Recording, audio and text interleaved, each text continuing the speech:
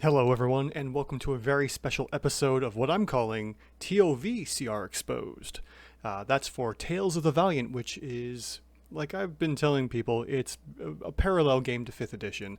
There's some modifications and tweaks to Tales of the Valiant, which have been pretty fun to use. And now that the Game Master's Guide, or the GMG as you might want to call it, has been released, I decided to throw together a tool just like I have a tool for the CR checker for D&D 5th edition. Now with that, let's talk about the tool real quick. There's some big differences about this tool versus the 5th edition version. Basically, everything affects the hit points. No matter what you do to your monster, if you give it higher DPR, damage per round, or lower AC, it's going to modify the hit points one way or the other. Now, this is a much simpler way for the game to run here. So as you'll see, in the tool here, or the table, I have 0 highlighted. So when a creature's CR is picked, it will highlight the given items. And basically what that's saying is that this monster should basically be a soldier type. And if it goes a little higher or lower, then the hit points are going to be impacted. And we're going to see that because basically there is no hit point range. You have a starting hit point amount, and that hit point amount gets adjusted up or down, and usually down with the more bonuses that you give it. Now the funny thing is about this tool is I could actually probably streamline this down a lot and get rid of a few of these options over the side here. Like for instance, monster stats. They don't really impact the monster creation aspect at all. We don't even need this section here, but I threw that in here just for the sake of having it. We do have the monster CR, so this is what we are expecting to pick. Now I initially went with negative numbers like I do in the 5th edition rules here, just because I thought I was going to be modifying the CR a whole bunch crazy like I did for the 5th edition, but no, you really don't need to, which is wild. So you really only have to input a couple things here to get the most out of this monster. So let's take a look at this a little bit more in depth here. We have our defenses, so we have an armor class, which technically we don't even pick. The armor class is 10 plus dex bonus, and then if we want extra things like give it armor or have natural armor or something, we add the little modifier here. Then we have our expected hit points, as we can see right now for CR0, that should be CR1/2, or a 0, and then -1, -2, -3, we'll have a 25 here. So the adjusted hit points, you'll see what the new hit points will be after everything's taken into account. And then we have our dice calculator. This is pretty run-of-the-mill, nothing special here. This is just for working out the dice values of any kind of like weapon attacks or breath weapons or whatever you need. Now the big thing here is the combat worksheet. You're going to notice this is much bigger than the one in my 5th edition tool set. So if we compare the 2nd edition tool set for the combat workspace, that's it. That's all we have right here. But as you can see, there's so much more going on here. For Tales of the Valiant, this is what we have. We have our basic attacks.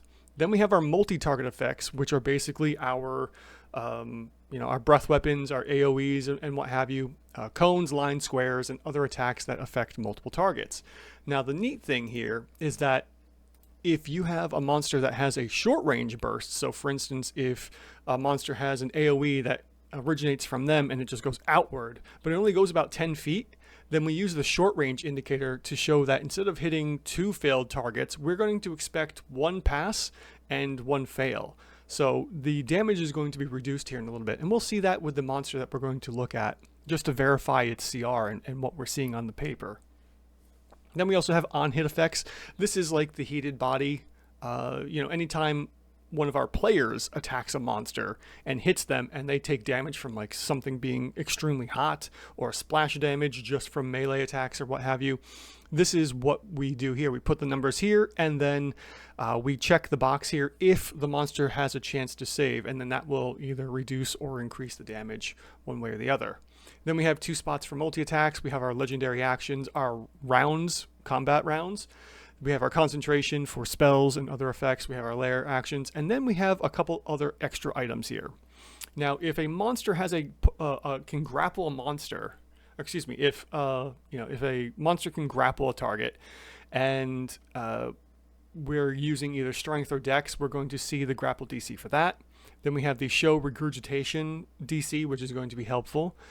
We have the blood frenzy. So these two items here are especially important. We don't necessarily need to worry about this unless you're building out a monster completely from scratch. And I might have to add some things if people want this a little more fleshed out. So these two are really important. Blood frenzy is for when a monster gets an attack bonus every round of combat. So for instance, like with blood frenzy or what other monster traits, and no matter what they do, they always have the advantage on the attack. Then you would check this, which gives them a plus 5% boost to their DPR, which is then going to probably drop their hit points a little bit because they're attacking more often. Now this is for when the attack, or excuse me, when the advantage on the attacks are always on. Now, when we have things like pack tactics or something that requires something to happen, so for instance, we'll see in the monster that I'm about to look at called Pounce, if a monster pounces, they require something to happen in order to get advantage. Now, in this case, just like pack tactics, you need another person next to you to attack the target so you can get that advantage on the attack. In this case, we're only going to get plus 3% to our DPR. And then we'll also see the expected attack bonus for the monster, the expected DC, and then the expected damage per round. So for this instance, if we had a CR0 monster we were building out, we would only expect 8 to 10 for our DPR, and 11 to 13 DC, and the attack bonus being 3 to 4.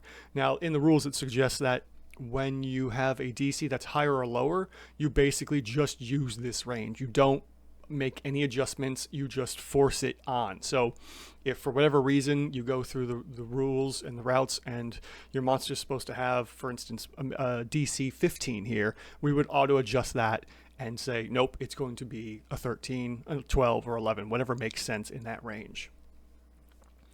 And then we have proficient skills down here. This isn't really all that important. It's just for, again, fleshing out a monster so you can see the values if they're proficient in those two abilities. Now this section over here, tied with this, is pretty important. We're going to see that one interesting thing is that bludgeoning, piercing, and slashing is all considered one grouping now. Instead of it being separate amounts, it's always one. The same goes for immunities and vulnerabilities, and there's specific things over here that will be modified based off of this chart over here. So here we have our hit point adjustments, and we have the positive range for these few items here and the negative range for all of these big ones here. So we have our example monsters, we have the reasons why they're either being added or subtracted, and then we get the total adjustment down here. So we add up all of our adjustments and then we apply it to the hit points.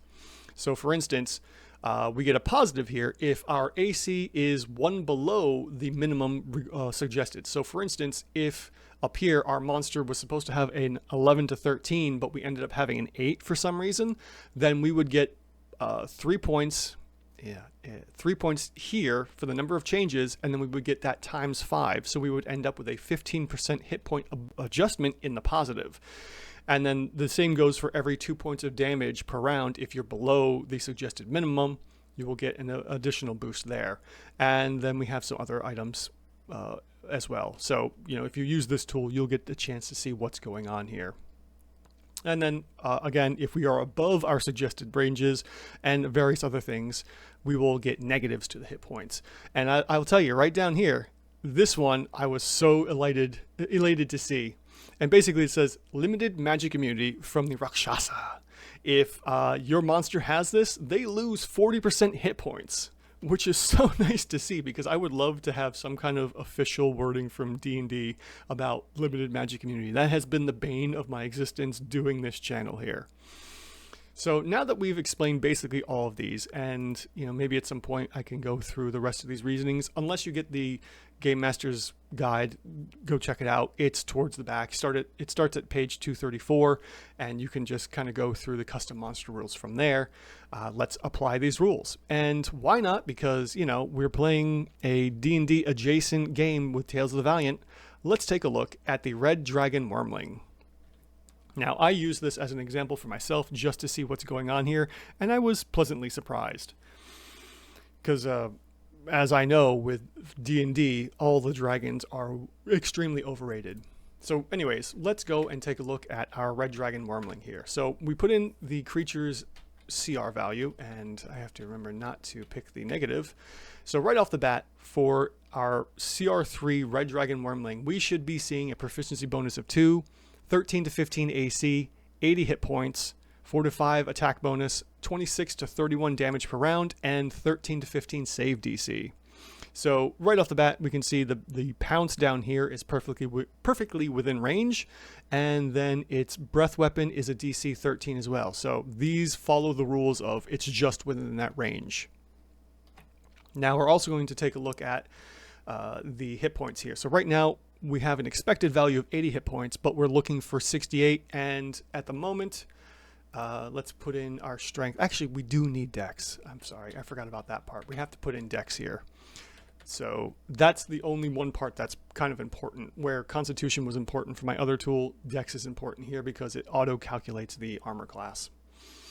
All right, so then we have a 5, oops, 05, 01, 02, 04. Okay, again, our monster doesn't say anything about having saves or proficient with saves, so we just leave those off, and that's the save modifiers.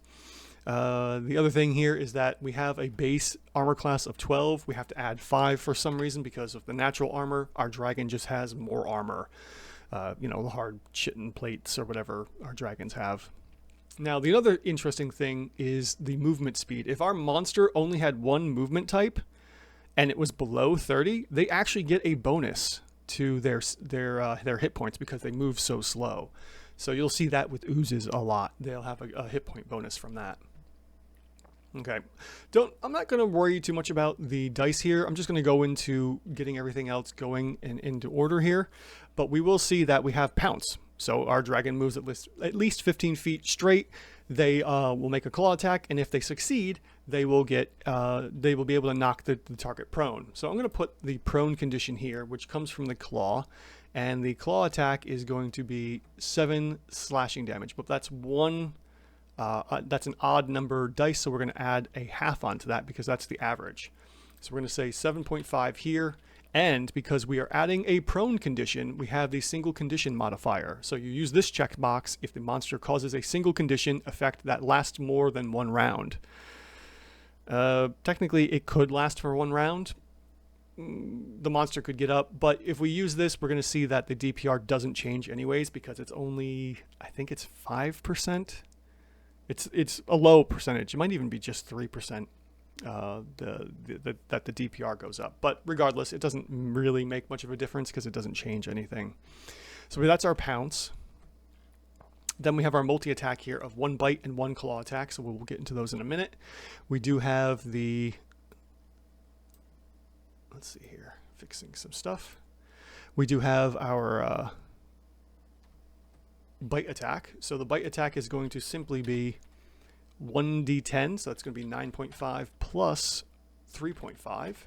And we don't have any conditions on this except for the fire damage, so we don't have to worry about the multi-condition or the single condition things. We do have the claw attack, which is also going to be 7.5. The only difference is, like I said, because of the pounce trait, we added in that condition modifier here. And then on top of that, we have our first fire breath here. And the fire breath requires a DC check of 13. And because the cone range is so small, we actually have to use the short range.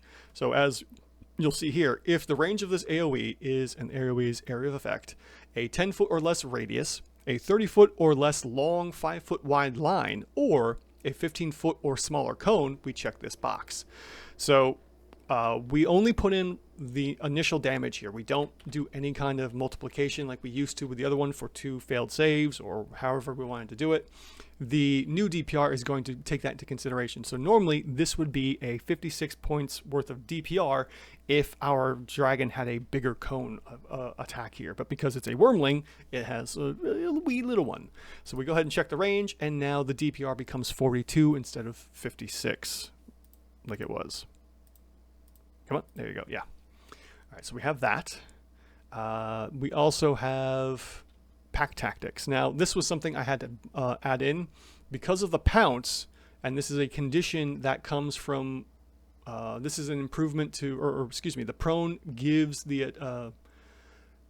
advantage on the attack. We're going to click this because we require pounce and the ability to do that to get the advantage on the rest of the attacks here. So we're going to have pack tactics here, and then we have our multi-attack, which is going to be 1 bite and 1 claw and 1 pounce. So we should have 28 points of damage here. Now we have everything else out of the way. We are looking at 1 round of combat here. So our first round is going to be a fire breath, and then we're going to do 2 multi-attacks because our fire breath only recharges on a 5 or 6. So we're expecting that to only see that in the first 1 of 3 rounds of combat. And then potentially if we go into 4, 5, or 6 more rounds of combat, we might see extras there. Now, because of what I went through here before, actually we can throw in the immunity to fire, which I forgot to add in, which is right here. We have fire immunity. That's not really going to affect anything for our monster or for our dragon.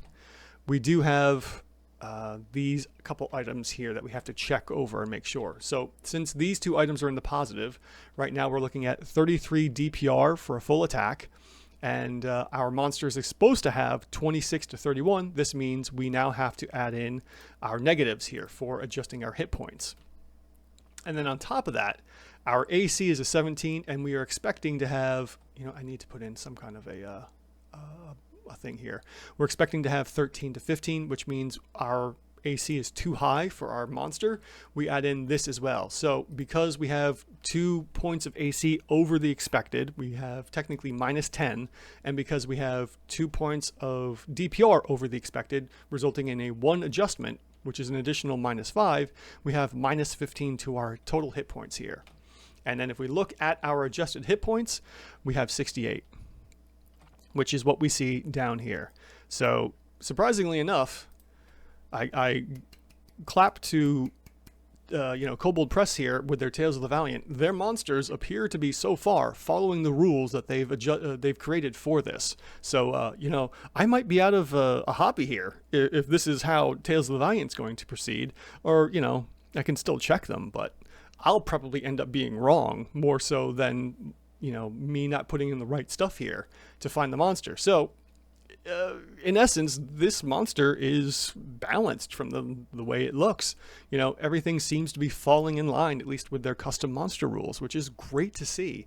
So our CR3 dragon, which is worth however much experience, if you use experience, will give you that when it's defeated. And this should be a proper encounter. So the next thing I think I'm going to make is trying to figure out, if they have encounter building tools in here, add that into the tool so we can get some really good encounters going on here. All right, so this was just a beta view. I have to do a little bit more testing with this sheet to see if it's worthwhile to hand out to the public here so that everyone can use it and check their monsters and create custom monsters for Tales of the Valiant. And until then, I will bid you all adieu. Have a good night, and I'll see you guys next time.